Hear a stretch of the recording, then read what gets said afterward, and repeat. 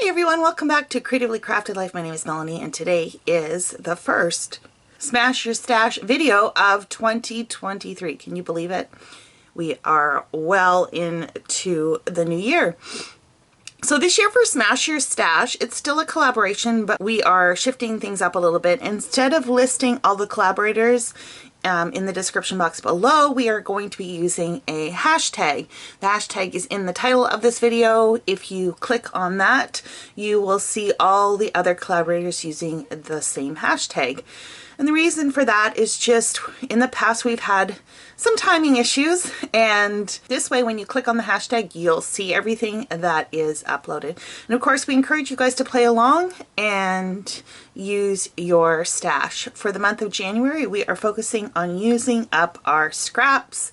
So if you followed my last Smash Your Stash, I actually did use up a bunch of my black and white scraps specifically with the focus of what was on my desk. But I do have a scrap bin, and that's what you're seeing here. It's not too full. If you have followed me for any length of time, you know a few years back I decided that I was not going to keep scraps, meaning I wasn't going to keep different bins or different pockets full of different colored scraps. I was going to either use them, repurpose them, or turn them into something that is usable, basically advance them along in the creative process. But I do accumulate scraps periodically, and that is what you are seeing here. I'm hoping today that we will, or this month, that we will get through the majority of these. So the first thing I need to do is I need to do a sort. I am going to be focusing on making base pages. Let me show you an example of a base page. So this is an example of a base page I made the last time I did this, and it's basically just using my scraps generally as they are to kind of come out with a base or a starting point for a layout. I tried to generally keep them quite generic so that I have room to add photos anywhere, titles anywhere, that kind of thing.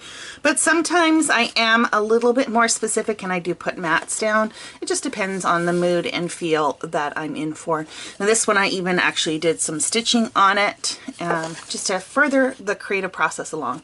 So the first thing I'm going to do is go through my scraps, sort them into what I think I can use together for a base page. Okay, so because this is primarily a project share video and not a how-to, I'm gonna just show you the scraps and then immediately go into the layout or card base that I made using those scraps. So without further ado, let's get into this.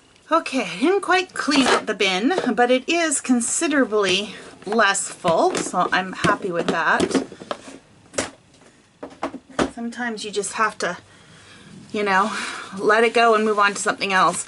These are all the little bits and pieces that are left over that I am just going to purge. I'm either tired of these scraps or they're just too small. So these are being recycled.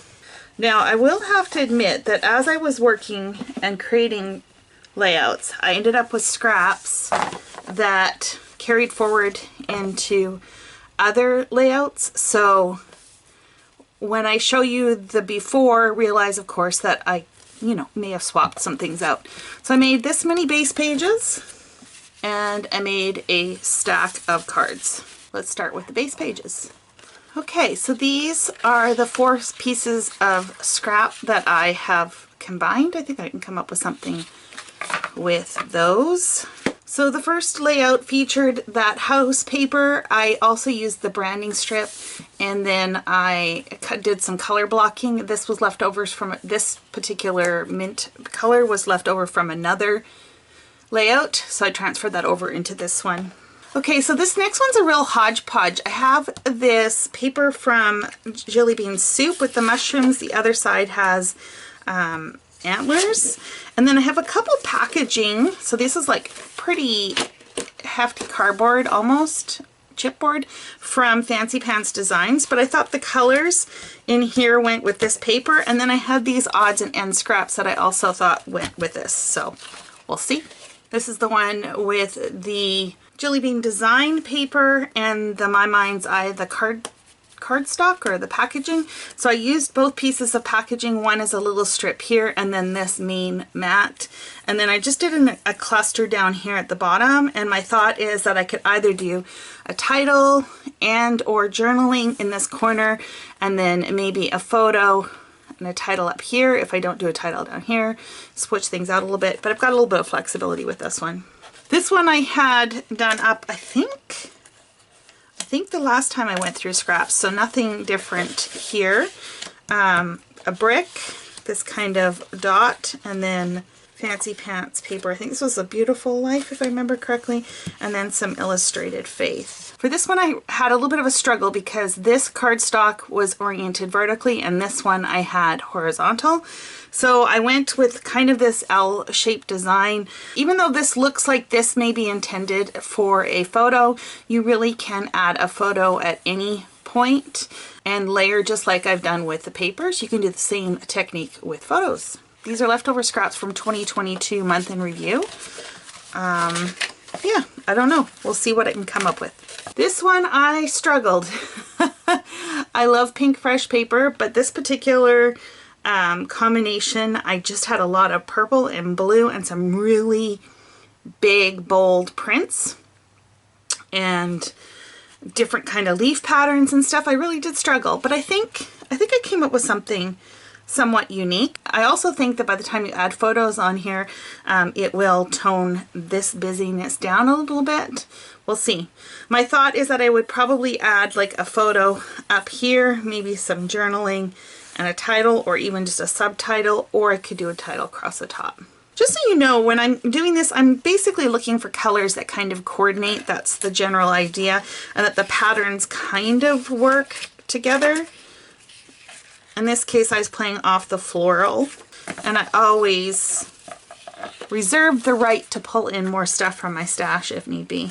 For this particular layout, I opted to keep all the patterns to one side, and you have a lot of layers. So for some people, you might think this is a little too busy because I literally have 1, 2, 3, 4 patterns on top of each other.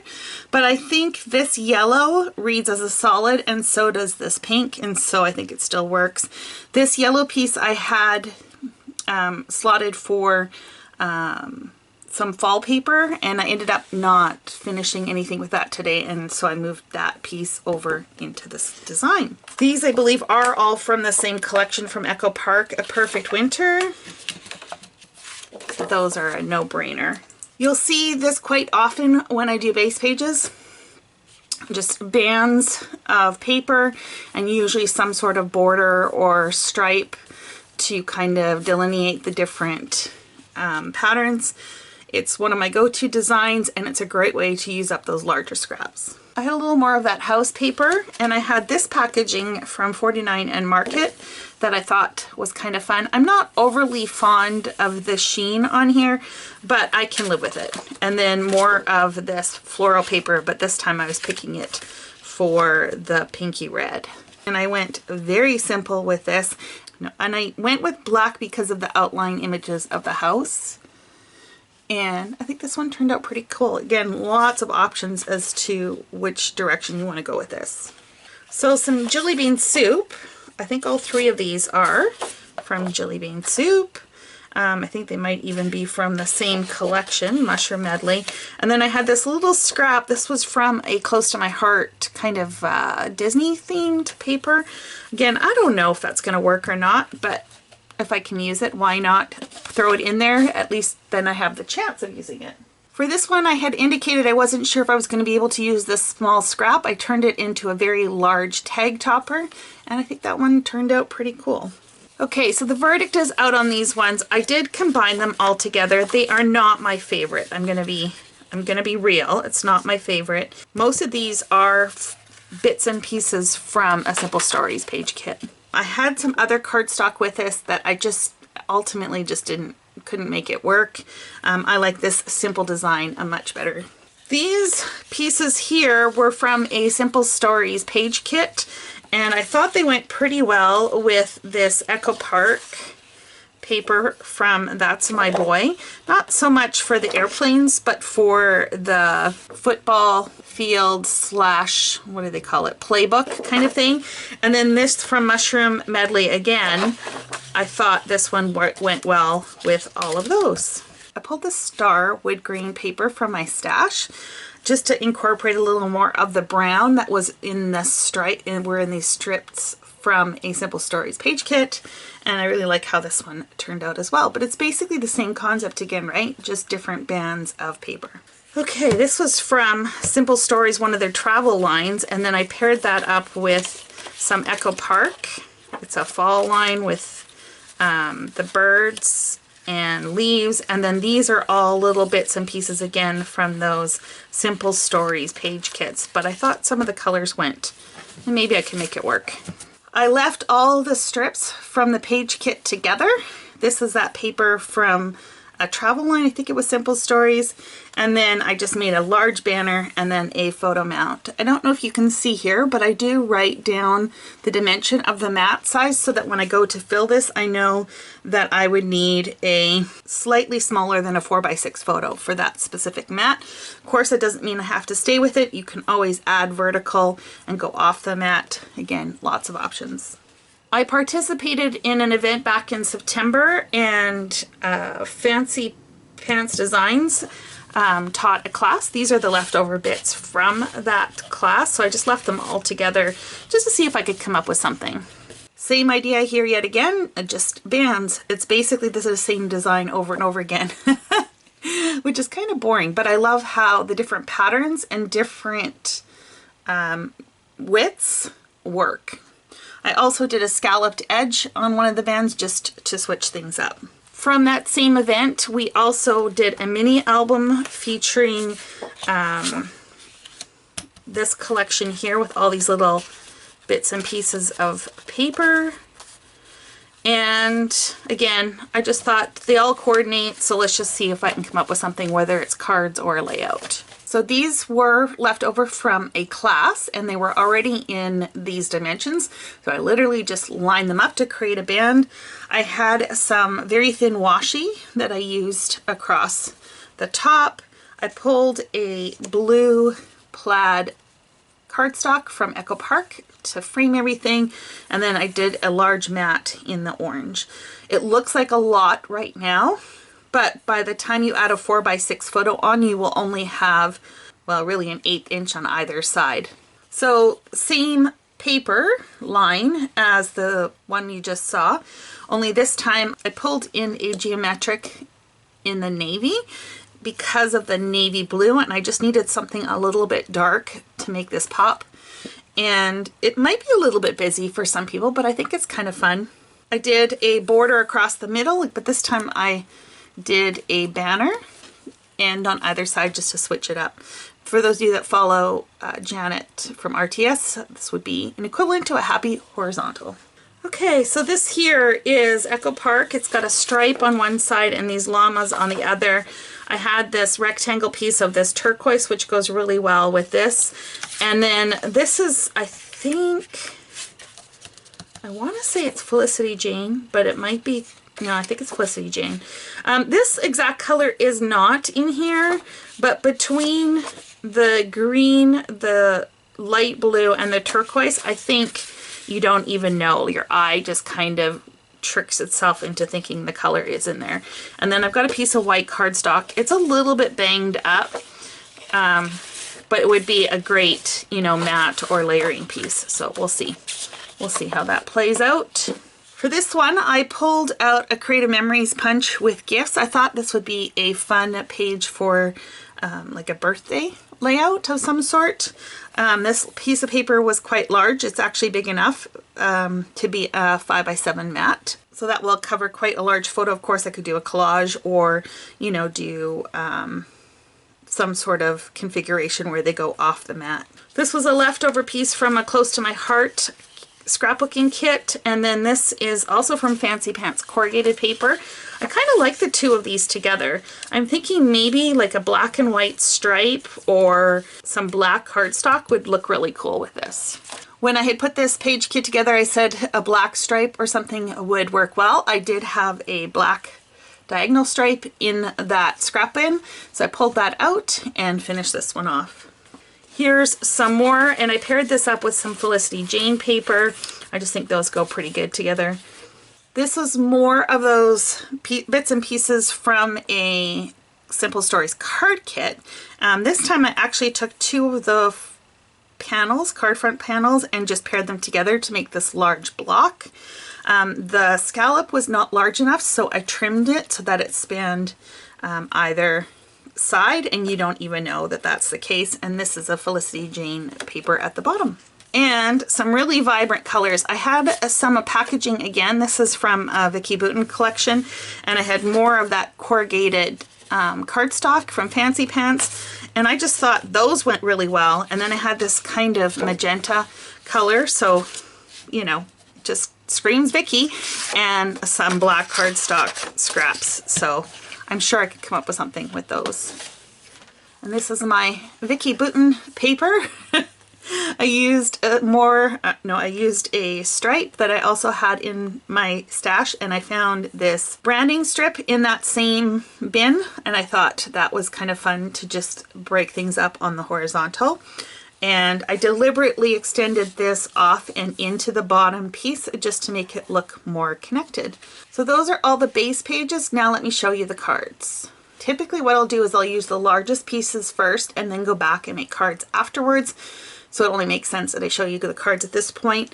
But some of these I did only have scraps big enough for cards, which were these ones here. And these are just a hodgepodge of scraps. Again, probably going to be a card base, but we'll see. We'll see how it goes. So I made these two base cards. I probably will go back in and add like maybe a black and white stripe or something across the seam. But for what these are, which are bases, these are perfectly fine.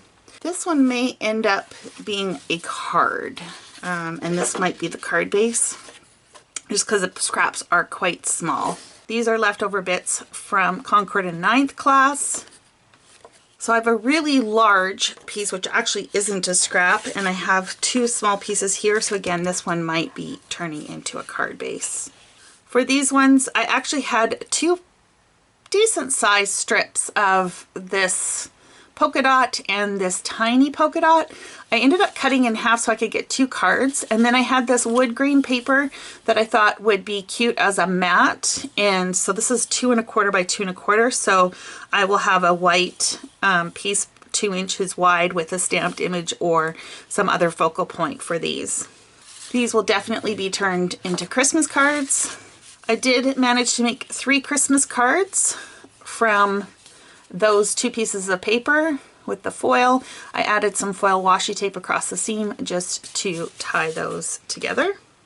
The leftover bits from that bird layout, I was able to create 3 card bases from that. I just layered on top of that turquoise dot, and then it needed something because there's so much white to mat out against the card base, so I did a very thin black mat.